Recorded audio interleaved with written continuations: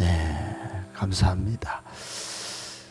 오늘은 갈라디아서 5장 말씀입니다. 갈라디아서 5장 16절부터 25절까지 오늘 우리에게 주시는 하나님의 말씀으로 받겠습니다. 갈라디아서 5장 16절부터 25절까지입니다. 화면에 나오는 말씀도 보시고 또 나중에 곱씹어서 보실 분들은 성경을 펼쳐 놓으시고 그렇게 보시면 되겠습니다. 신약 성경 307쪽, 308쪽에 있습니다. 우리 합독하겠습니다. 내가 이르노니 너희는 성령을 따라 행하라. 그리하면 육체의 욕심을 이루지 아니하리라. 육체의 소욕은 성령을 거스르고 성령은 육체를 거스르나니 이 둘이 서로 대적함으로 너희가 원하는 것을 하지 못하게 하려 함이니라. 너희가 만일 성령의 인도하시는 바가 되면 율법 아래 있지 아니하리라. 육체의 일은 분명하니 곧 음행과 더러운 것과 호색과 우상숭배와 주술과 원수 맺는 것과 분쟁과 시기와 분냄과 당 짓는 것과 분열함과 이단과 투기와 술 취함과 방탕함과 또 그와 같은 것들이라. 전에 너희에게 경계한 것 같이 경계하노니 이런 일을 하는 자들은 하나님의 나라를 유업으로 받지 못할 것이요 오직 성령의 열매는 사랑과 희락과 화평과 오래 참음과 자비와 양성과 충성과 온유와 절제니 이 같은 것을 금지할 법이 없느니라. 그리스도 예수의 사람들은 육체와 함께 그 정욕과 탐심을 십자가에 못 박았느니라. 만일 우리가 성령으로 살면 또한 성령으로 행할지니. 아멘. 여러분, 성령의 열매와 육체의 열매는 엄청난 차이가 있습니다. 오늘 본문에 보면 성령의 열매는 한 9가지 이렇게 나와도 육체가 맺는 악덕 목록은 굉장히 많죠. 육체의 일은 하면서 19절 이하에 그것도 뭐 너무너무 분명해서 뭐 음행, 더러운 것, 호색, 우상숭배 뭐 등등 많습니다. 그래서 여러분 우리가 육체적으로 자유를 누리려고 하다가 죄를 짓고 성령 충만으로 누리는 자유와 비교하면 이게 여러분 심각하거나 또 정말 악순환의 고리에 굴레에 빠지게 되는 결과를 내는데 오늘 우리에게 주시는 말씀은 성령 충만으로 누리는 자유입니다. 한 번만 선포하겠습니다. 제목을 시작. 성령 충만으로 누리는 자유. 이 오늘 본문의 내용 가지고 우리에게 주시는 교훈 3가지를 정리해서 받겠습니다. 첫 번째 읽어볼게요. 참된 자유는 십자가에서 죄와 죽음의 권세를 끊어내신 예수 그리스도로 말미암아 누리게 되는 것입니다. 그러므로 성령의 인도하심에 순종할 때만 욕망과 불안에서 벗어나 진정한 자유와 해방을 누릴 수 있습니다. 아멘.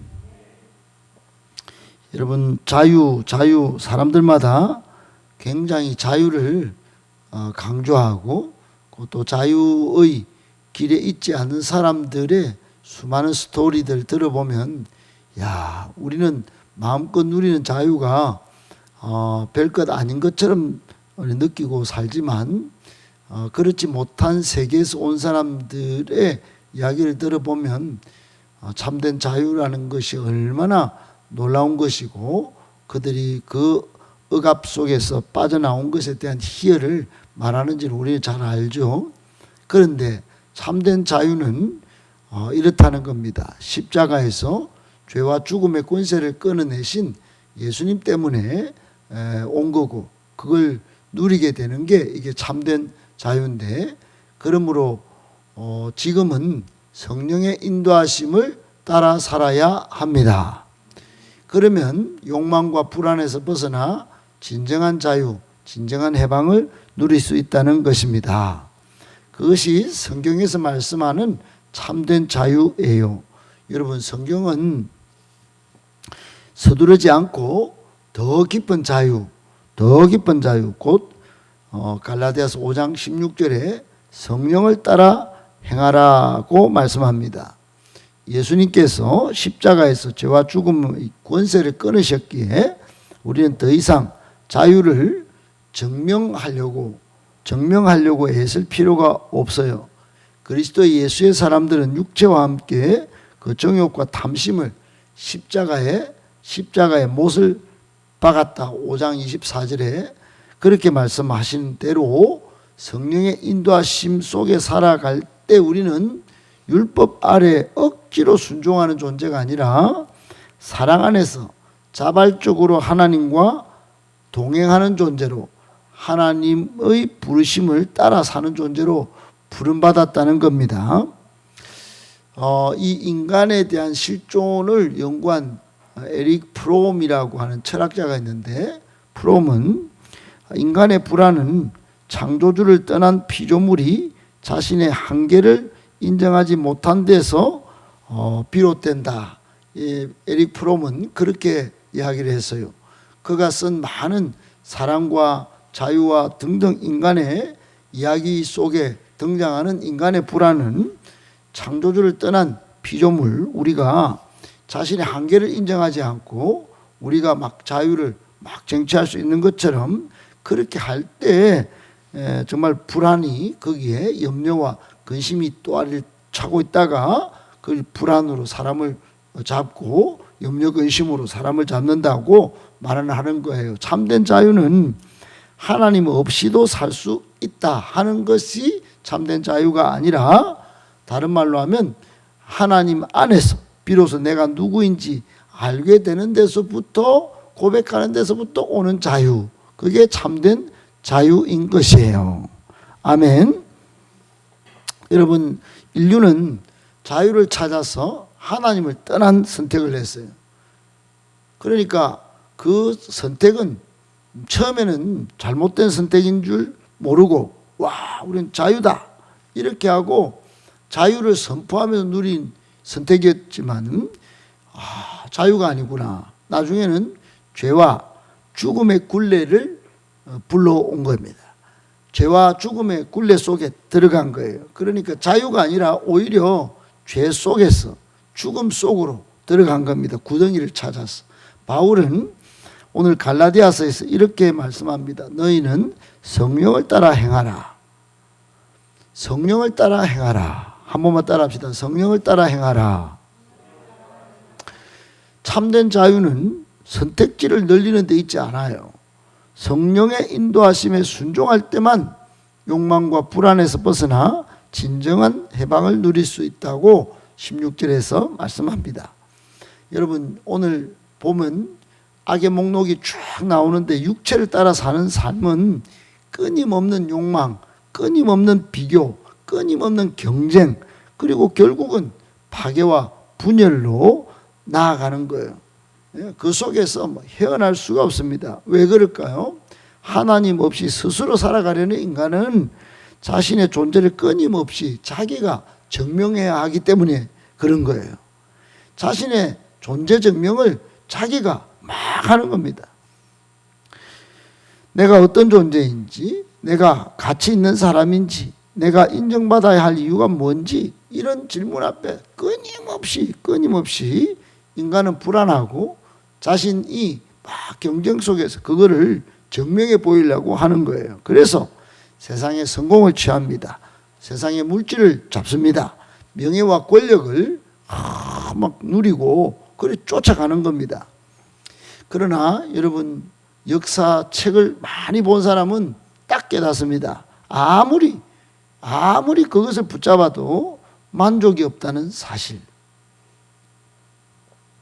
자유는커녕 더 많은 욕망에, 더 큰 욕심에 끌려다니면서 점점 지쳐가거나 거기에 굴레에서 못 빠져나오고 죽는 거예요.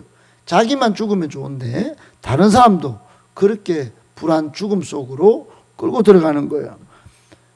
그러나 복음이 선포됐습니다. 아멘. 복음은 다른 길을 열어준 거예요. 다른 길. 그거 아니라도 참된 자유를 누릴 수 있다. 불안에서 벗어날 수 있다. 평안을 누리고 제절랭왕의 삶을 살 수 있다.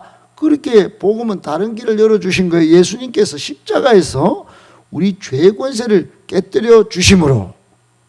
할렐루야. 갈라디아서 5장 24절은 그리스도 예수의 사람들은 육체와 함께 그 정욕과 탐심을 십자가에 못 박았느니라고 말씀합니다. 하나님께서 예수 그리스도를 통해 우리를 다시 십자가에 못 박고 우리를 다시 부르시는 거예요.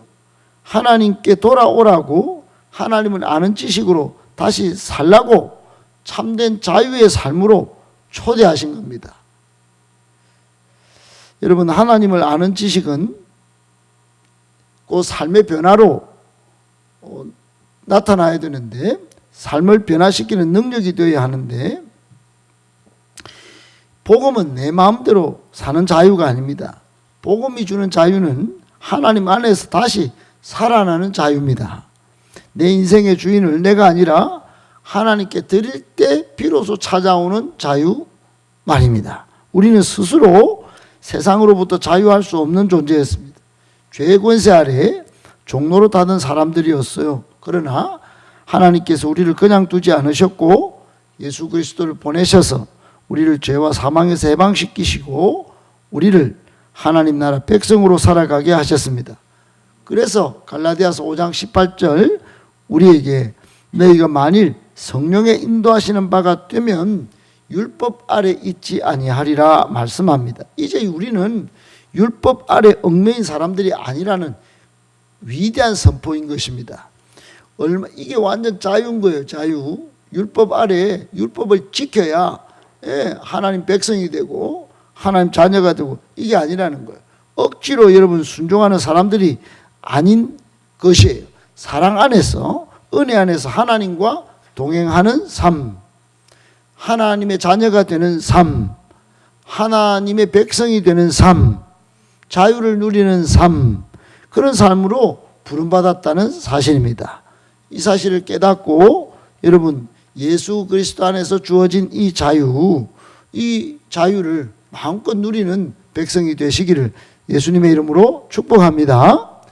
아멘. 그러면 두 번째 우리에게 주는 교훈을 한번 살펴볼 필요가 있습니다. 같이 읽을게요. 시작.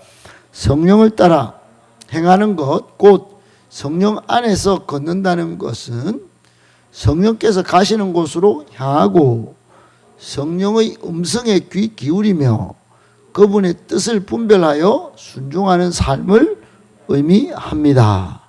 아멘. 여러분, 성령을 따라 행하라. 그러니까 사도 바울이 지금 갈라디아서에서 이 마지막 부분에 계속 강력하게 선포하고 우리에게 주장하는 것 내용이 뭐냐? 16절에 내가 이르노니 너희는 성령을 따라 행하라 권면합니다. 여러분, 육체 욕심을 따라 행하라 이게 아니고 그걸 딱 대비하죠. 그러니까 성령을 따라 행하라, 여기 성령을 따라 행하라고 권면할 때 사용하는 행하라 이 단어는 단순히 걸음만 옮기라는 뜻이 아닙니다.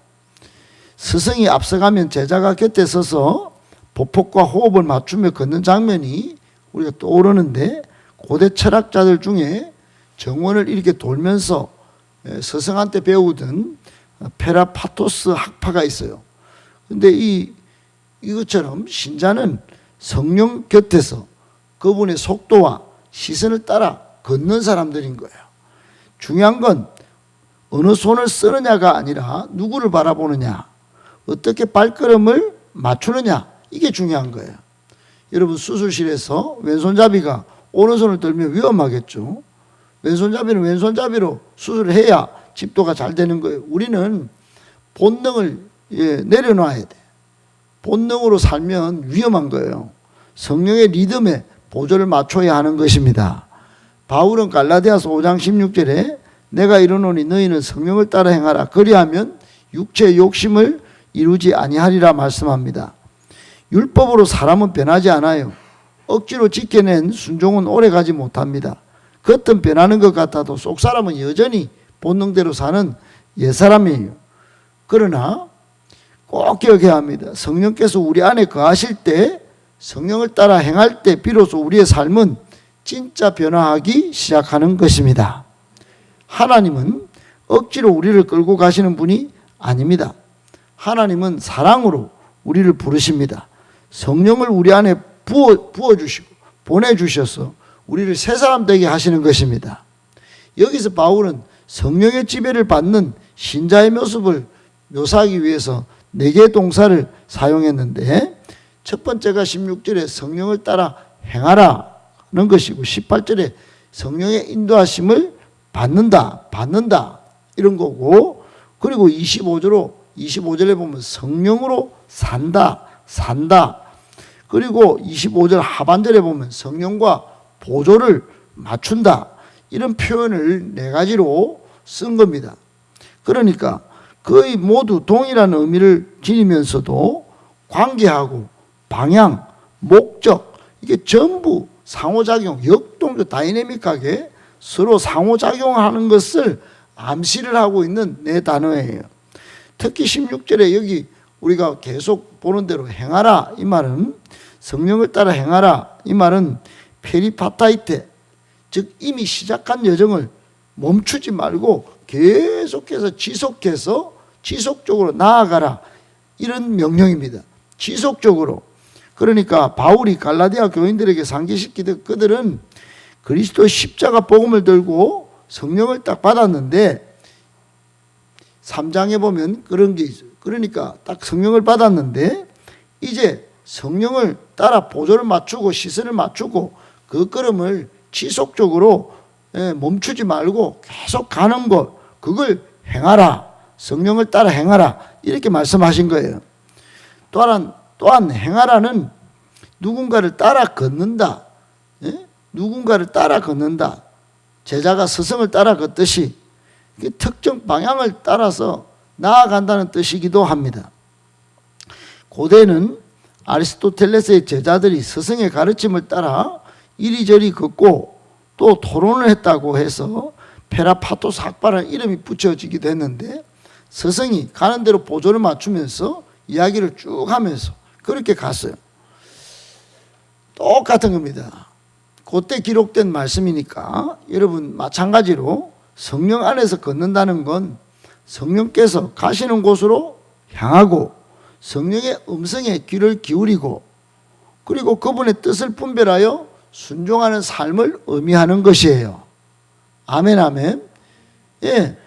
만일 갈라디아 교인들이 계속해서 성령 안에서 걸어간다면 거짓 교사들의 육체적인 호소나 방종주의적인 경향이나 그래서 교회를 약화시키는 분쟁에 발목 잡히지 않을 것임을 강조한 거예요. 오늘날 우리가 건강한 교회를 꿈꾸고 살아가는데 뭐 일 많이 하고 헌금 많이 하고 그런다고 교회가 건강하게 되느냐? 그렇지 않은 거예요. 성령 안에서 다이나믹하게 따라 행하고 따라 관계하고 그러면 거짓 교사들 또는 방종주의로 신앙생활이 아니라 종교생활하는 사람들 그리고 순간순간 갈등하고 관계 속에서 나타나는 그런 분쟁, 분리, 분열, 이간질 이런 데 발목 잡히지 않고 건강한 교회를 이루게 되는 것입니다. 성령 안에서 같은 말, 같은 마음, 같은 뜻, 같은 열매를 맺게 되는 것이에요. 아멘, 아멘. 그러니까 건강한 교회를 말하고 싶고 건강한 교회의 꿈을 꾸고 건강한 교회를 놓고 진정으로 기도하는 사람은 성령을 따라 사는 것입니다. 아멘, 아멘. 성령을 따라 행하라는 바울의 말씀은 단순한 권면이 아니에요. 정말 중요한, 이것은 복음 안에 있는 하나님의 방식임을 깨달으셔야 합니다. 하나님의 방식, 하나님의 백성이 살아갈 방식. 억지로 끌려가는 율법의 종이 아니에요. 이제는 자발적으로 사랑하며 섬기는 하나님 나라 백성으로 우리를 부르신 것인 줄 아셔야 합니다. 할렐루야. 예, 하나님의 방식이고 하나님 나라 백성의 삶의 방식이고 건강한 교회를 이루는 방식이 성령을 따라 사는 삶입니다. 성령의 인도하심을 따라 살면서 건강한 교회를 이루고 하나님의 백성으로, 하나님 나라 백성으로 하나님께 기쁨으로 발견되어지는 저와 여러분들 다 되시기를 예수님의 이름으로 축복합니다. 아멘. 마지막 세 번째 교훈의 말씀 받겠습니다. 그래서 시작. 이제 성령의 열매를 맺는 삶은 하나님 나라 백성의 마땅한 삶입니다. 성령께서 우리 마음밭을 갈아엎고 씨를 뿌리시면 고난도 결핍도 그 생명의 성장을 결코 막지 못하게 되어 반드시 풍성한 열매를 맺을 것입니다. 아멘. 여러분, 우리가 잘 아는 정말로 중요한 본문으로 암송까지 하는 갈라디아서 5장 22절 23절에서 바울은 우리에게 성령으로 충만할 때 풍성한 열매를 맺는 삶을 살 수 있다, 살아간다, 이렇게 선포하고 있습니다. 19절에서 육체의 일은 분명하니, 육체의 일, 원문의 육체의 일, 이거는 일이 그냥 단수로 나와 있지 않아요. 복수예요. 일들, 복수로 되어 있어요. 복수로. 그런데 22절에서 성령의 열매는 이라고 하는데 성령의 일들이라고 하지 않아요. 여기는 단수예요. 여러분, 육체는 일들로 나오고 성령을 따라 살 때는 그냥 열매로 탁탁 나오는 겁니다. 육체의 일들은 복수고 성령을 따라 살 때 맺는 열매는 단수. 여러분, 귤을 생각해 보세요. 귤. 겉은 하나지만 까서 이렇게 나누면 여러 조각이 드러나는 거예요. 성령의 열매도 이런 모습이에요. 저는 귤을 통해서 하나님이 여러 가지 교훈을 준다고 생각합니다. 귤은 밖에서 보면 그냥 이게 하나지만 이 까면 알알이 그 안에, 하나 안에 얼마나 많은 것들이 있어요. 여러분, 그래서 성령 안에 뿌리 내린 사람은 집이든 직장이든 캠퍼스든 어떤 곳에서든 누구와 함께 하든 늘 한결같은 향기를 풍기는 거예요. 아멘, 아멘. 늘 그렇습니다. 성령의 열매는 우리가 애써 만들어내는 결과가 아닙니다. 오래 신앙생활 하다 보면 성령의 열매를 맺어서 이제 향기를 드러내는 사람이 있는 반면에 계속적으로 자기 고집, 자기가 인생의 주인이 되어서 육체의 일에 현저한 사람이 있어요. 여러분, 우리는 모두 성령 충만 받아 성령 안에서 아름다운 향기가 내면에서부터 우리의 입술과 행동으로, 삶으로 더 강력하게 품어 나오는 사람이 되셔야 합니다. 성령의 열매는 애써 우리가 만들어내는 결과가 아니고 결단과 수고가 필요하지만 열매를 실제로 익히시는 분은 성령님이십니다.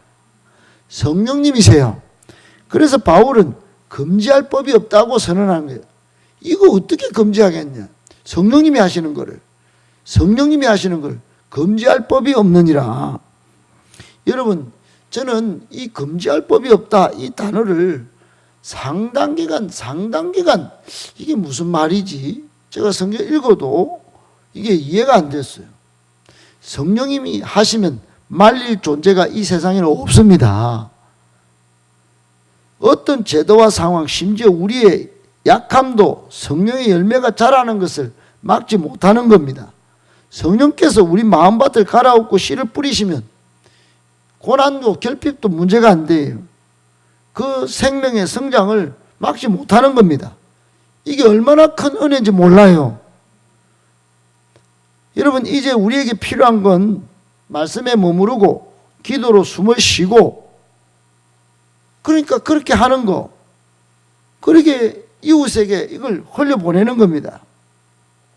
성령을 따라 살면 이 모든 향기가, 이 모든 열매들이 막 우리를 통하여 삐죽삐죽 나타나고 생명의 열매를 맺히고, 그렇게 사람들이 보고 우리의 삶을 통해서 저들도 복음의 열매를 먹는 겁니다. 할렐루야. 이런 놀라운 결과물들이 성령을 따라 행할 때 성령의 열매가 주렁주렁 맺히게 되는 삶을 감격적으로 살게 되는 것입니다. 아멘, 아멘.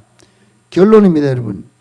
하나님의 사랑이 중심을 딱 잡아주고, 하나님의 사랑이 중심을 잡아주고, 오늘 22절, 23절에 보면 사랑이 딱 잡아주는 중심을. 그러니까 오늘 제일 처음에 22절에 뭐라고 말씀하시죠? 성령의 열매는 사랑이에요, 사랑. 사랑이 중심을 딱 잡아주고, 그 다음에 희락과 화평이 우리 내면에 쭉 흘러가기 시작하면, 그 다음에 이게 막을 법이 없어요. 그 다음에는 오래 참음도, 또 자비도, 양선도, 선한 마음도 막 이게 내 몸속에서 나와서 흘러가기 시작하는 것입니다. 할렐루야. 그리고 그 과정에서 이제 충성도 되고, 모든 교회 짐이나 내 가정의 짐이나 인생의 짐들도 막 받아내는 온유도 막 나오고, 그리고 이제 절제까지 됩니다. 욕심을 십자가에 못 박기도 하고, 그냥 다른 주의 일들을 충성하게 되고, 이런 것들이 막 자연스럽게 성령 안에서 막, 여러분 율법이 이루려던 목표를 성령의 열매가 자연스럽게 주렁주렁 맺히게 되는 것이에요. 그러므로 여러분 오늘도 성령 충만, 내일도 성령 충만하셔서 여러분 삶 속에, 내면 속에 하나님의 사랑이 기둥처럼 중심을 딱 잡아서 희락과 화평이 우리 내면에 흘러넘치고, 그 다음에 오래 참음도, 자비도, 양선도 열매를 맺고, 충성과 온유와 절제도 열매를 맺어서 주변 사람들이 볼 때, 야, 이런 열매 저런 열매를 쭉 들어가 보니까 이게 하나님의 사랑이 흘러넘쳤고, 조금 우리가 성령 충만하려고 몸부림을 치는 그 가운데 모든 율법이 이루려고 하는 그를 금지하지 못해서 성령의 막 강력한 기름 부심이 있는 그런 여러분의 삶, 또 우리 교회 다 되시기를 예수님의 이름으로 축복합니다. 축복합니다. 아멘. 우리 찬양을 이어갈게요. 우리 오직 주의로, 주의 은혜로 지금 여기 서 있네. 찬양하고 우리 기도하고 또 개인적으로도 기도하고 그렇게 나아가겠습니다.